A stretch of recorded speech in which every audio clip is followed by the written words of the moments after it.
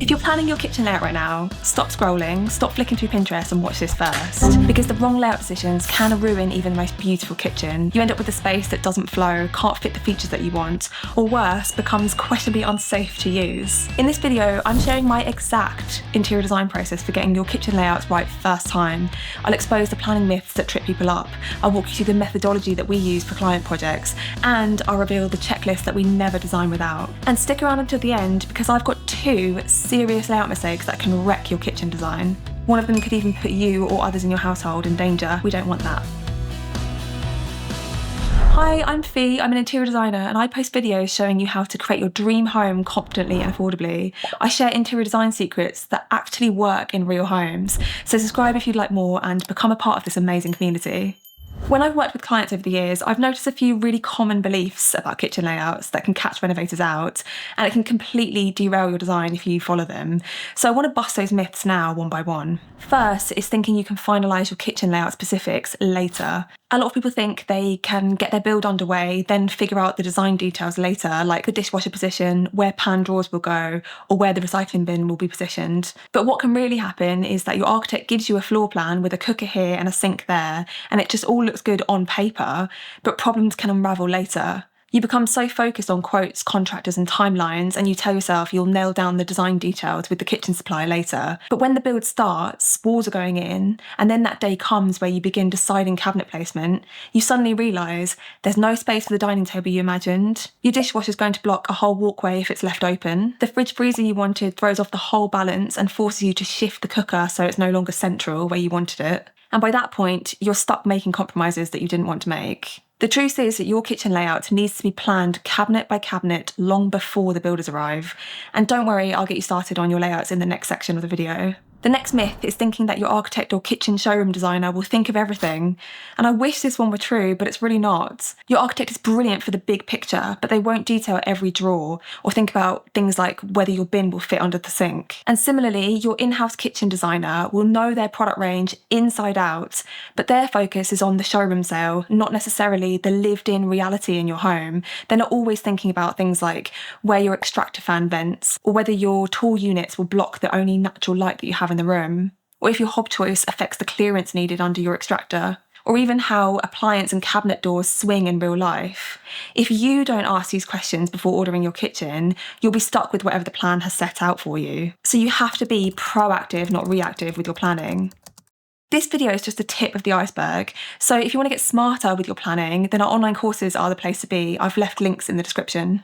The final myth is where so many people go wrong. It's when you make all your kitchen layouts and design decisions and think the small details will just take care of themselves. Not thinking things through or making oversights are the fastest way to end up with a kitchen that's really frustrating to use. I've seen things like drawers that can't be opened because the handle hits the wall. I've seen dishwashers that are a nightmare to plumb because they're too far from the waste pipes. I've even seen islands that you can't actually walk around without sidestepping. Now, I won't talk too much about the mistakes to avoid here, but I have two at the end of this video that I want to tell you about. But yeah, when it's your first or second kitchen that you're ever designing, you've got to give yourself the right reference points when you plan. And that's why we equip our students with a kitchen layout cheat sheet. It's a step-by-step list to make sure that nothing gets missed in your kitchen layouts. I'm going to show you it later on in this video, and for a short time you can download it via the link below, completely for free. Next, I'm going to reveal some of the FIFA McGee kitchen layout methodology that we apply to clients' kitchens before I talk you through how I do a kitchen layout at the end of this video. This is the same approach we teach students in our online courses, including that checklist that I mentioned.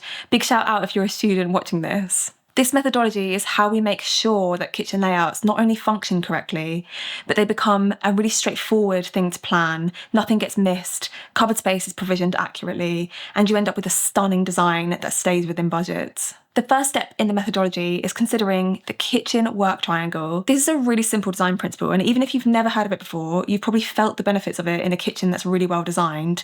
Tasks just seem to work. The work triangle is all about putting your cooker, fridge and sink in positions where you can glide between them while you're cooking, instead of zigzagging unnecessarily across the room. And if you get this right, everything from boiling pasta to grabbing milk for your cup of tea feels really easy, and you're not constantly bumping into people or furniture along the way. And don't worry, you're not going to need to dust off your scientific calculator and start doing trigonometry to get the exact distance millimetre perfect between your fridge, sink and cooker. This is about being mindful when your fridge, cooker, and sink are too far away and cooking becomes a workout. So keep them in a relative triangle and the whole kitchen will flow better for you. The next step in the method helps you to define a focal point in your kitchen. A focal point is somewhere that your eye is drawn to and becomes the centre of your design. And sometimes establishing the focal point in your kitchen comes easy. It might be the cooker or the sink on your main kitchen wall. But there are times, particularly for one-wall kitchens, the focal point can be harder to determine, but can be brought in through the application of materials or colour, like this Airbnb that we stayed in. They applied a wood splashback in upper units to bring a focal point to the design. When kitchens lack a focal point, they can feel a bit lost and lack personality. The next area that we look at in this methodology is your budget for the kitchen.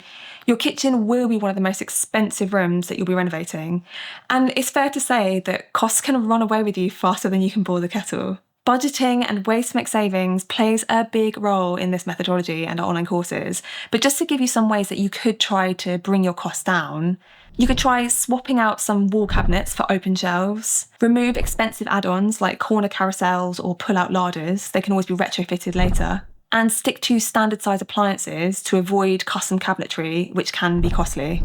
When our students are concerned about designing a kitchen that's too expensive for them, they follow a structure and use tools like our Vision First method calculator to show them exactly where to invest and where to save without compromising their style. Okay, next is the kitchen layout cheat sheet. Are you ready? This is the exact resource that I give my students to make their kitchen planning so much easier. It takes away the guesswork of how many cabinets do I actually need and what have I forgotten to include, things like that. So you can be confident that your layout covers everything and nothing's missed. It's basically a really simple shortcut to making sure that you've got the right cabinet provision, the right measurements, and the right appliance positions without overlooking the small details that make a massive difference day to day. Normally, it's only available inside our online course to our students, but I've made it available to download for a short time. So if you're watching this video, click the link below or scan the QR code on screen now to grab your copy. You might be keen to see how everything I'm showing you is put into practice in a real life kitchen. So in this next part of the video, I'm going to walk you through how I draw kitchen layouts and apply this methodology. But first, if you're renovating, obviously I've spoken about the online courses that you can check out. I'll leave links down below. But if you're only designing a kitchen right now, then check out my Done For You kitchen design pack,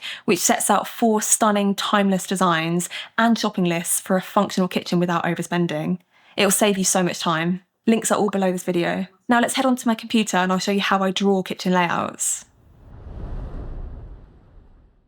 So when I'm planning a kitchen layout, I'll start by measuring up the room and drawing a blank floor plan. I use SketchUp, which has a bit of a steep learning curve, but you can also use free online tools like DIY Kitchens 3D Planner, Floor Planner, or Magic Plan. So I've got the 4 walls and any doors drawn in, and then the first thing I do is draw a run of units where the kitchen is going to be positioned. Kitchen units typically finish 600mm away from your wall. Your worktop is usually 600mm deep, unless it's an island. Then I start splitting the length of units up in 600mm blocks. And the reason why is because standard appliances and base cabinets are usually 600mm wide. So your fridge, freezer, washing machine, dishwasher, and standard base cabinets are usually 600mm. This way I can quickly see exactly how many standard units I could fit on each wall. Obviously, we can have narrower and wider units, which I'll switch around later on using the kitchen layout cheat sheet as a reference point. And obviously remember to check dimensions in your country. But this initial approach helps me to just start somewhere and figure out how big the space is on paper. Next, I position what I like to call the big 5, so the cooker and ovens, the dishwasher, the fridge freezer, the washing machine if it's not going into another room, and the sink. And here's where I aim to create that work triangle between the cooker, fridge and sink, so tasks really flow easily. I'll usually try to keep the sink and dishwasher really close to each other and on an external wall for a more straightforward plumbing plan, placing the sink underneath the window if I can, but especially if there's a nice view of the garden.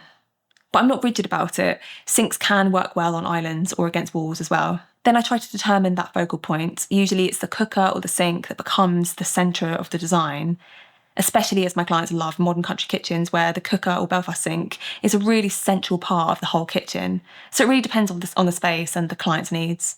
Once those are set out in my plan, I'll pull out my kitchen layout cheat sheet to start positioning in pan drawers that might be wider than 600mm, tall cabinets, recycling units, and making sure I've provisioned enough space for everything from dried foods to glasses and plates. And I'll do a quick check on paper to make sure that everything has the right clearance and nothing will obstruct walkways or appliance doors, which I also do on site as well.